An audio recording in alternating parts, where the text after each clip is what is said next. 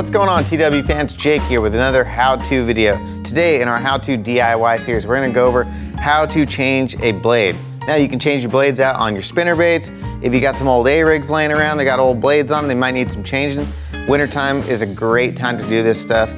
Changing blades not only brings these lures back to life, it's gonna help save you money. You know, if the blades are dinged up or rusted or something like that, you don't really need to necessarily buy a whole new bait and throw it away, just change the blades.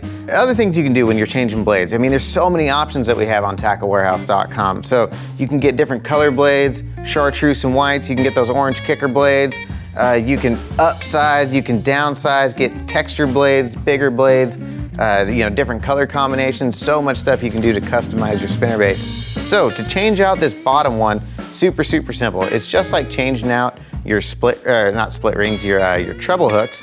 All you gotta do is take a set of split ring pliers, open up that small split ring, rotate that blade right out of that split ring, just like how you do with a treble hook. Super simple to get that blade off. And then you go to put your new one on. This is also a good time to kind of check in on all the hardware that's on your spinnerbaits, the swivels, the split rings. Make sure nothing's rusted up and make sure everything's good to go. Your swivels are still spinning, your split rings are still in good condition. You know, make sure your spinnerbait's gonna be good for the next season. So all you gotta do is spin that new one on, and now you got a brand new blade. I switched over from a gold blade over to one of these nickels. It's got the metal flake on it, got a little extra shine, really like those things. Now, if you want to change out the blade that's on the arm of your spinnerbait, you're going to need a set of round nose pliers or a set of needle nose pliers.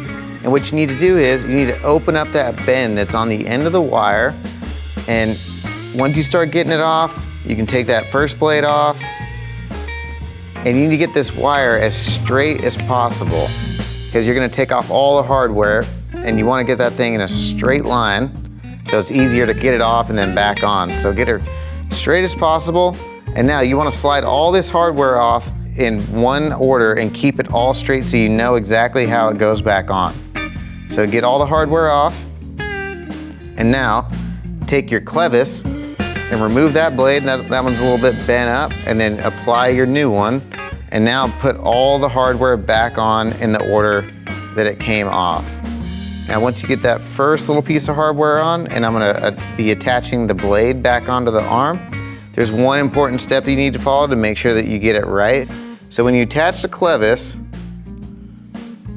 you wanna make sure that the blade, the cup of the blade, is actually facing down towards that wire. If it's not on that, in that direction, it's gonna be backwards.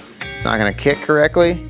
And making sure that you have everything, all this hardware on in the right order is super crucial, because you want to make sure those blades are perfectly spaced apart and they're in the right order, because it's going to keep the blades where they need to be, and it's going to make sure that your spinnerbait runs true. Now once you get everything back in line, all you got to do is close it back up, start bending that wire back into a loop that's going to hold your bottom blade on there. This is also a good time to kind of check out your skirts and your stuff like that. So, you know, if your skirts are beat up, you can change your skirts out. If you want more information on how to change out skirts, or to maybe even build your own custom skirt, check out our learning center. You can, we have a nice video in there and an article on how to change out skirts and make own custom skirts, so you can make your own different color combinations. Now once you're closed up, you're all done, you're finished. Now you got a brand new spinnerbait ready to hit the water, ready for next season, saved you a bunch of money.